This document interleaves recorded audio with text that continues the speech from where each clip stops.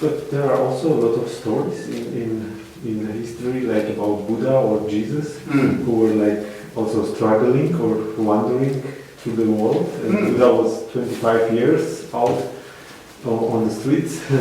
Jesus was 40 days in the desert, getting questions and trying to answer.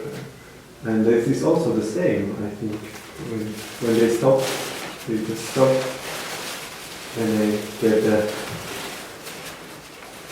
get the Holy Spirit or whatever. Yeah.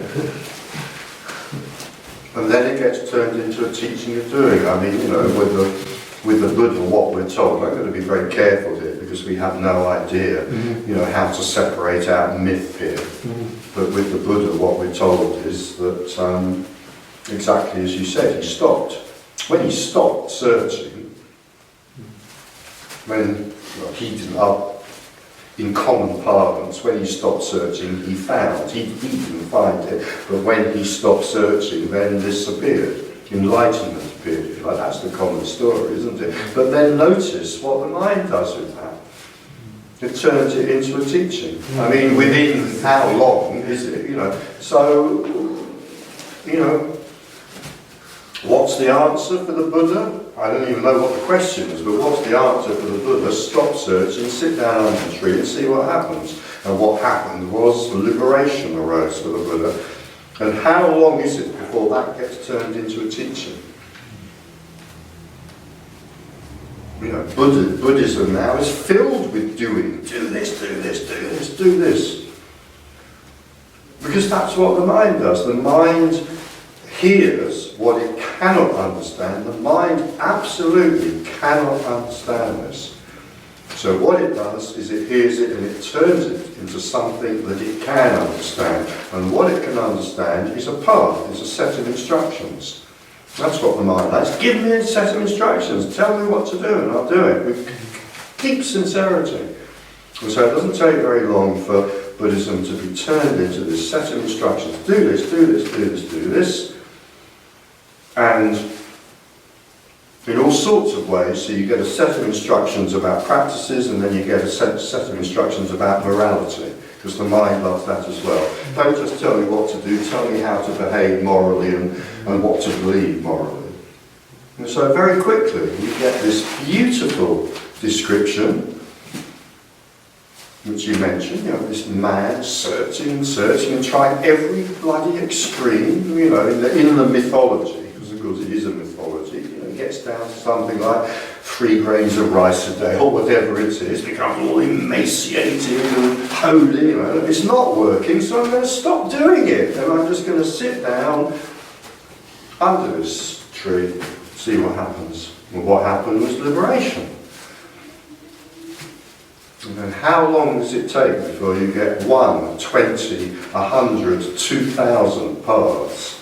Different practices and paths and recommendations, plus moralities. Do this, do this, do that. Moralities taken to the absolute extreme. So you have Buddhist monks who have to walk along like this, looking at the ground all the time in case their eyes should accidentally fall upon a woman. And God knows what's going to happen to their karma.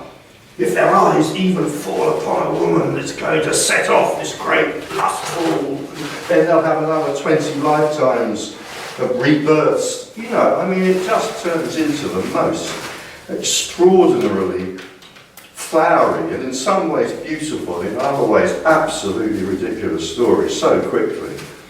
And then pretty quickly we get, the miracle stories are added to it. So just as you've got a miracle story of Jesus' birth, you've got a miracle story with Buddha's birth. Because that's what the mind loves. And it's not very long before, how can you possibly have any idea of what action, what that's actually about? And then when this is seen, all of that just becomes beautifully, wonderfully irrelevant. Because what the mind believes collapses. It's beautiful in a way. Who cares whether the Buddha was born from his mother's side or not? Who cares, Because it's all just story, story, story, story, belief, belief, belief, and it has no purchase. And going back to what you were saying about stress and relaxation and dream and sleep, it can be experienced as such a relief for these stories to just drop away. Not for me to give them up. That's completely different. I mean, the mind can see through stories and give them up. I mean, there must be an awful lot of, what did we have? We had this before, ministers, pastors, what do you call them? There must be an awful lot of pastors and ministers and vicars and priests and cardinals, you know, who have to internally go through the last 20, 30 years of their life. They have totally lost their faith. But there is nothing else they're fit for doing. They haven't been trained to take a gearbox out of a car. And so they have to go on mouthing these words emptily from the pulpit. I mean, I feel quite sorry for them in a way. All these priests and cardinals and pastors having to go through this stuff they don't believe in anymore.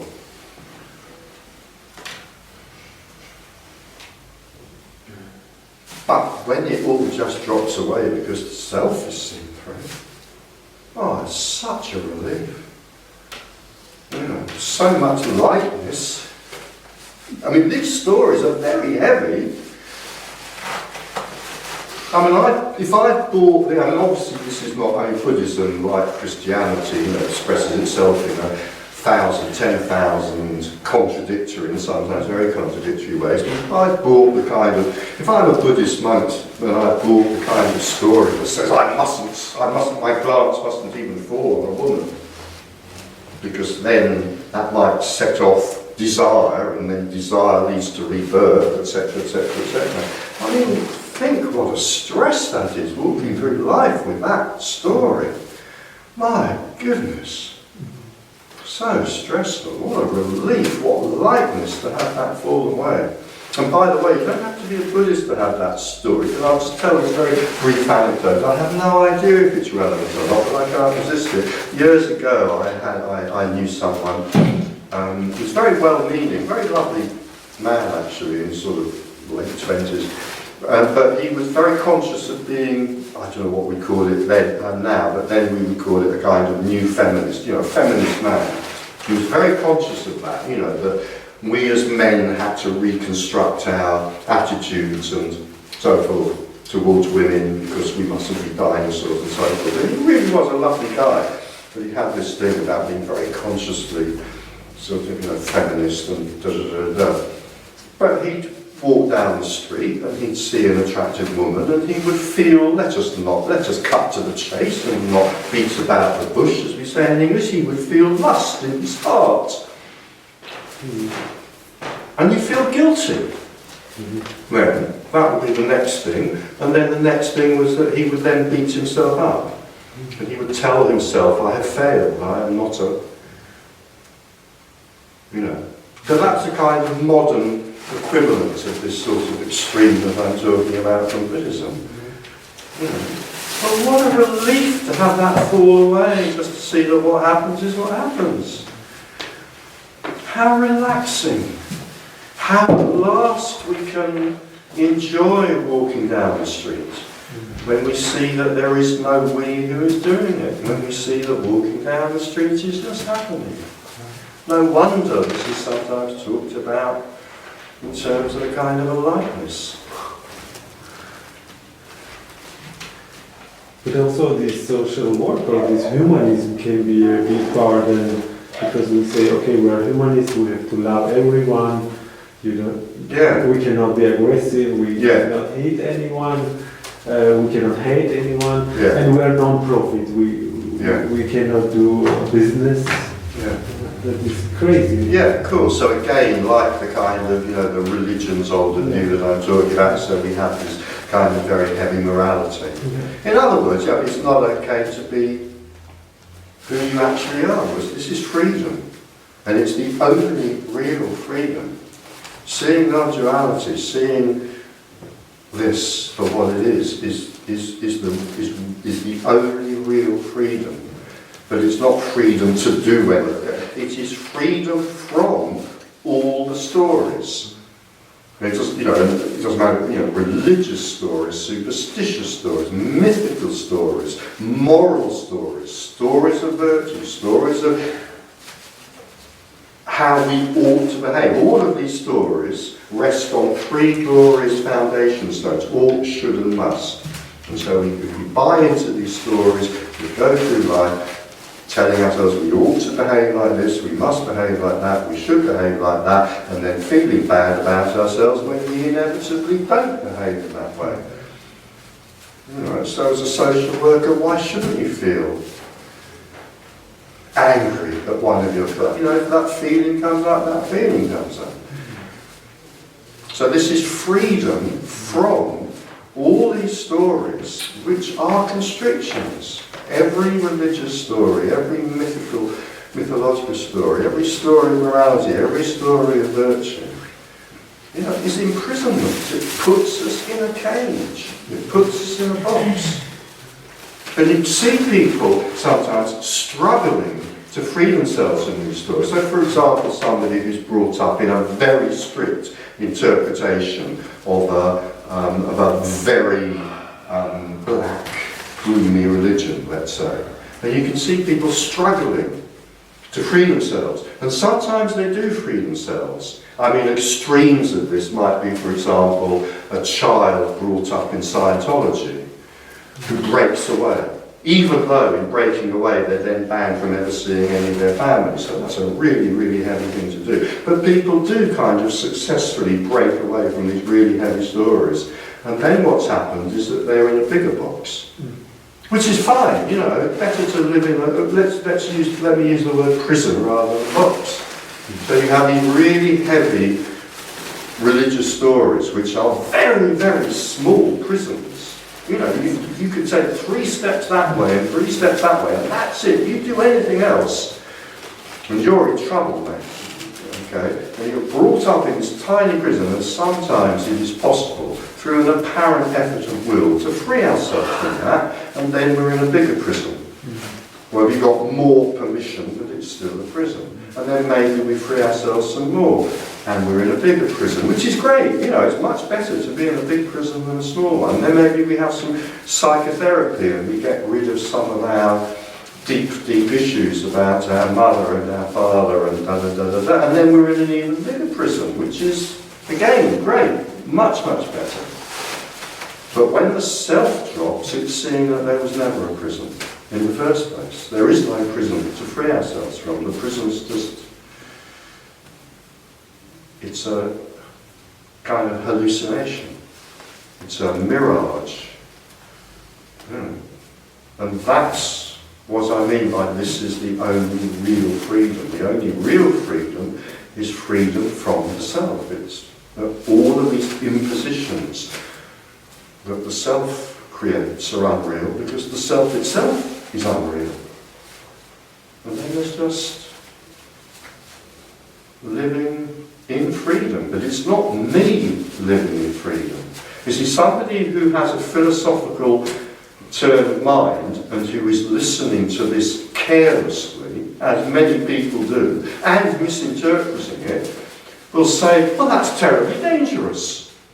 Without morality and virtue and religion and guidance of that kind, without oughts, shoulds and musts, what is, this question is actually in my second book. I was actually asked this question in a meeting by somebody sitting as close to me as you are doing. Without oughts and shoulds and musts and moral codes and religion, what is to stop me going on the street and murdering people? Well, what is to stop you going on the street and murdering people is there is no you. How can you go on the street and murder people when there is no you? So you don't need to worry about chaos being unleashed because the self is seen through. So that's what I mean when I say this is freedom. It's the only freedom that counts. I mean, if we're in a box, a bigger box can seem very free for a while. This is not getting out of the box into a bigger box. This is seeing that the box doesn't exist. That's true freedom. I can see your hand going there, yeah. And your hand as well. It's tea time now, but let's hear the question. It's a complicated question. The question is more a comment. A comment, yeah. Is liberation and freedom a kind of new box and prison? No. Maybe not the same as before, Yeah. but a new kind, but you are freed maybe, and you reach the end of the box some years later. Yeah, so what I'm going to say... It's a new concept maybe. What I'm going to say is, and I mean, it's near the tea break, so I'll just say this, and then if you want to come back to this after the tea break, we can talk about it some more. But what I will say is, no, absolutely not, because liberation is seeing that there is no you. So you cannot be in prison. You can't be in a bigger box or a smaller box, because there is no you. There is just the prison, not the you, just the prison. Well, without There's no you, one in the prison. it's an ingenious argument. I like your style, but without a you to be in prison, I am going to sit here and say the whole concept of imprisonment simply becomes irrelevant. It's not possible to imprison nothing. Maybe. And everything. What we're talking about here is nothing and everything. Okay, let's talk later. So should we have tea, and then if you want to, we can come back to that after tea. Okay. Yeah?